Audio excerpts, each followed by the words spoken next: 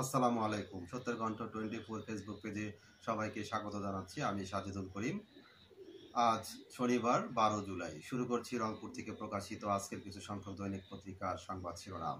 প্রথমে হাতে রয়েছে দৈনিক যুগের আলো। যুগের আলো সংবাদ শিরোনামে রয়েছে হয়রানিমূলক মামলা গ্রেপ্তার ঠেকাতে ফৌজদারি কার্যবিধি সংশোধনের অধ্যাদেশ জারি।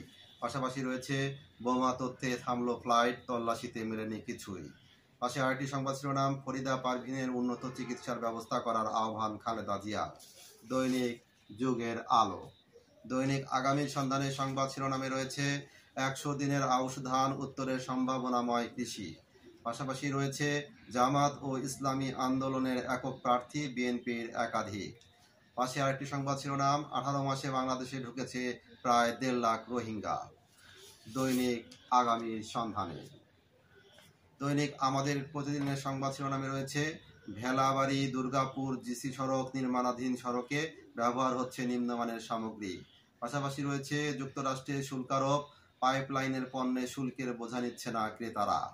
পাশে আরেকটি সংবাদ শিরোনাম ঋণের টাকার চাপে কন্যা সন্তান বিক্রির চেষ্টা। দৈনিক আমাদের প্রতিদিন। এ ছিল রংপুর থেকে প্রকাশিত আজকের কিছু সংখ্যক দৈনিক পত্রিকার সংবাদ শিরোনাম। নিয়মিত সংবাদ জানতে চোখ রাখুন সত্যের কণ্ঠ 24.com ও সত্যের কণ্ঠ ইউটিউব চ্যানেলে।